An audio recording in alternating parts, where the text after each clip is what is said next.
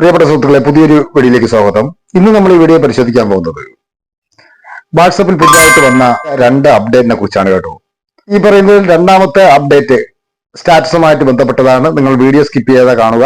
എന്തായാലും അപ്ഡേറ്റ് എന്താണ് കാര്യങ്ങളെല്ലാം നമുക്ക് വീഡിയോ കണ്ട് മനസ്സിലാക്കാം. എപ്പോഴും പറയും പോലെ ഈ വീഡിയോ യൂട്യൂബിലാണ് കാണുന്നുണ്ടെങ്കിൽ നിങ്ങൾ ഈ ചാനൽ സബ്സ്ക്രൈബ് ചെയ്ത് കൊടുക്കുക.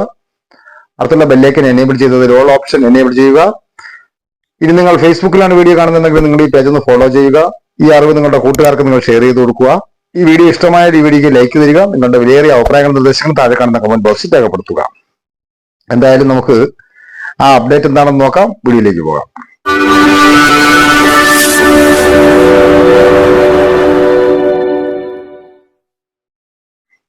അതിനായി ഞാൻ വാട്സപ്പ് ഓപ്പൺ ചെയ്യാൻ പോവുകയാണ്. സാധാരണ നമ്മൾ വാട്സപ്പിലാണെങ്കിൽ എന്തെങ്കിലും ഒരു മെസ്സേജ് ഇതുപോലെ ഒരുപാട് കാര്യങ്ങൾ ഇങ്ങനെ ടൈപ്പ് ചെയ്യുന്ന സമയത്ത് നമ്മളിത് മുഴുവനാക്കാൻ കഴിയാതെ ചിലപ്പോൾ നമ്മൾ വേറെ ഏതെങ്കിലും ഫോണിലെ മറ്റൊരു ഇതിലേക്ക് പോവുകയാണെന്നുണ്ടെങ്കിൽ, അല്ലെങ്കിൽ മറ്റൊരു ജോലിയിൽ ഏർപ്പെടുകയാണെന്നുണ്ടെങ്കിൽ, നമുക്ക് ഈ വാട്സപ്പ് മെസ്സേജ് നമ്മൾ ഈ ആരോ മാർക്ക് ക്ലിക്ക് ചെയ്യുന്ന സമയത്ത് ഇപ്പോൾ നമുക്കിവിടെ ഡ്രാഫ്റ്റ് എന്നുള്ള രീതിയിൽ ഇവിടെ ഗ്രീൻ കളറിലുള്ള ടെക്സ്റ്റോട് കൂടി നമുക്കിവിടെ കാണാൻ സാധിക്കും. ആ മെസ്സേജ് ഇവിടെ തന്നെ എത്ര സമയമായിരുന്നാലും ഇവിടെ തന്നെ കാണും.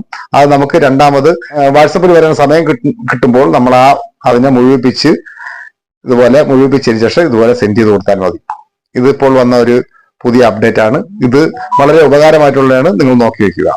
അടുത്ത അപ്ഡേറ്റ് എന്താണെന്ന് പറഞ്ഞു കഴിഞ്ഞാൽ നമ്മുടെ സ്റ്റാറ്റസിൽ വന്ന അപ്ഡേറ്റ് ആണ് കേട്ടോ. നമ്മൾ സാധാരണ സ്റ്റാറ്റസ് ഇടാൻ വേണ്ടി നമ്മൾ എങ്ങനെയാണ് ഇതുപോലെ ക്ലിക്ക് ചെയ്തതിന് ശേഷം ഇതുപോലെ ഗാലറിയിൽ നിന്ന് ഒരു പിക്ചർ എടുക്കും. പിക്ചർ എടുത്തതിന് ശേഷം നമ്മൾ ഈ ടിക്ക് മാർക്ക് ക്ലിക്ക് ചെയ്തതിന് ശേഷം നമുക്കിവിടെ സ്റ്റാറ്റസ് സെൻഡ് ചെയ്ത് കഴിഞ്ഞാൽ നമുക്കിവിടെ ഒരു പെൻസിൽ ഐക്കൺ കാണാൻ സാധിക്കും. അതിൽ നമുക്ക് വീഡിയോ, ഫോട്ടോ, ടെക്സ്റ്റ് പോയിട്ട് ഇവിടെ നമുക്ക് വോയിസ് അയക്കാനുള്ള ഒരു ഓപ്ഷനും കൂടെ, ഒരു മൈക്കിന്റെ ഐക്കനും കൂടെ വാട്സപ്പ് ഇപ്പോൾ പുതുതായിട്ട് കൊണ്ടുവന്നിട്ടുണ്ട്.